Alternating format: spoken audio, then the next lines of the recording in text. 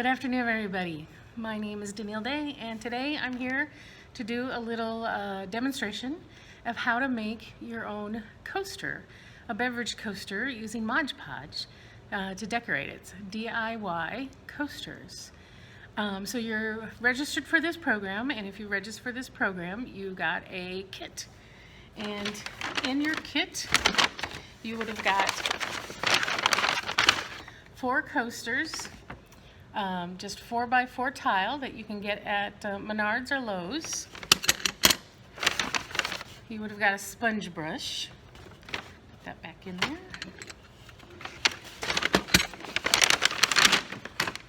You would have got some black felt for the bottom of your coasters. You would have gotten a package of recycled Christmas cards and a couple napkins, some winter napkins, as well as your glue or your Mod Podge. So you don't need much, but it comes in this little container. And if it's thick, just kind of stir it around a little bit. If you need to, you could put maybe a teaspoon of water in there if you think it's too thick, but it's just the regular consistency of glue. Okay. Now, so we're making these beverage coasters. Very cool. For this one, I just did a color copy on a copy machine to make this design. This one is a napkin that I put on the coaster. And this one, isn't that adorable, is just a printout from the copy machine.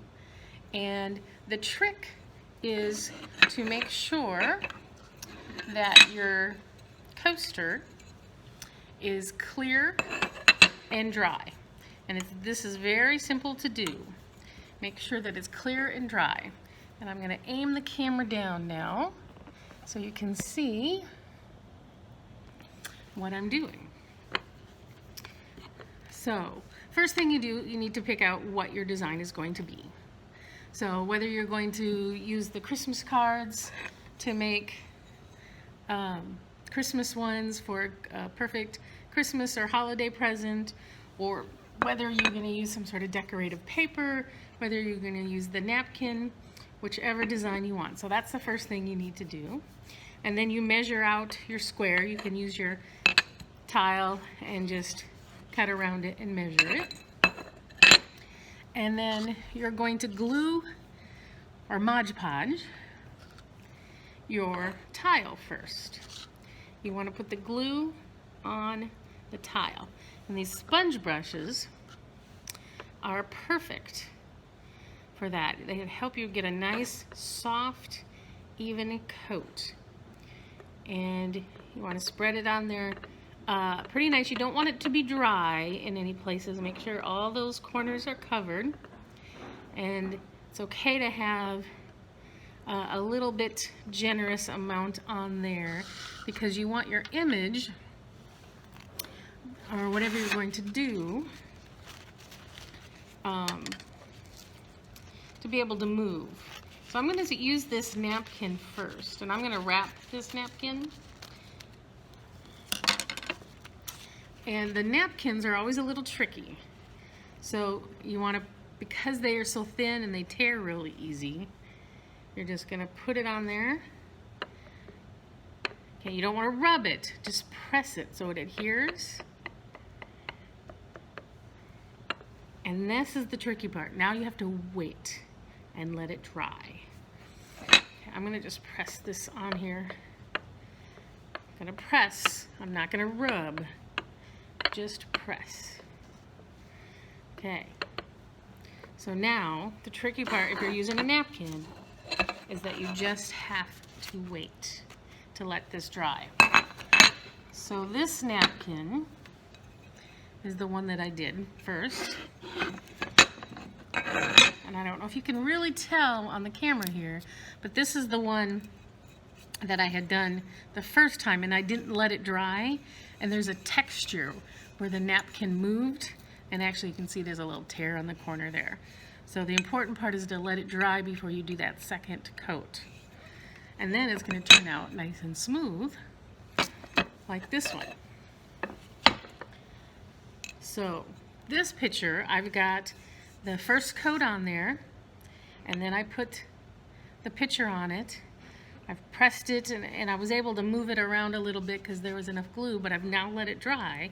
So it's ready to have its next coat. And it's gonna seem weird because I'm putting it right over the picture, but it dries clear. And you wanna make sure you get those corners really good. And I recommend, if you're doing this at home, to do it on some newspaper or paper towel or something so you don't get glue all over the table. So it's okay to be kind of generous on there as long as you're using that sponge to kind of spread out in a nice even coat. So you're making a nice light even coat. So you'll see some streaks, but if you're really gentle with the sponge brush, it can be nice and even, and you won't have any clumps of glue.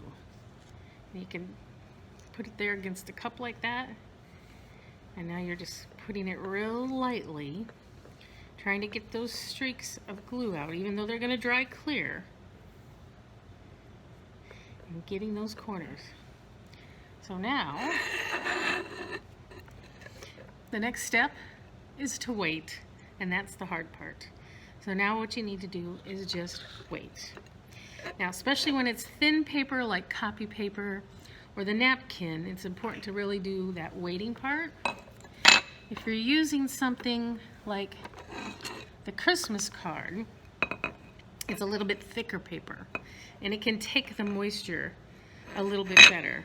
So you can do your second coat a little bit faster. So this is a second coat that's going on this one. So I had my first coat, I stuck the card down, then I put the second coat, and right now I'm doing my third coat. So now,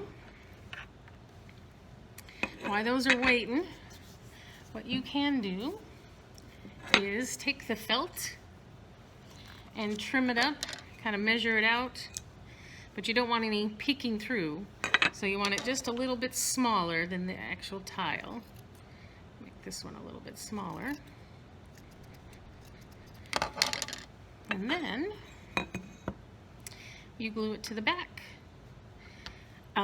So hot glue kind of works best, but I don't have any of that glue.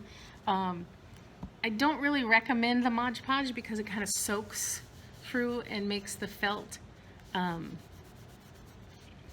of crusty, and you don't want that.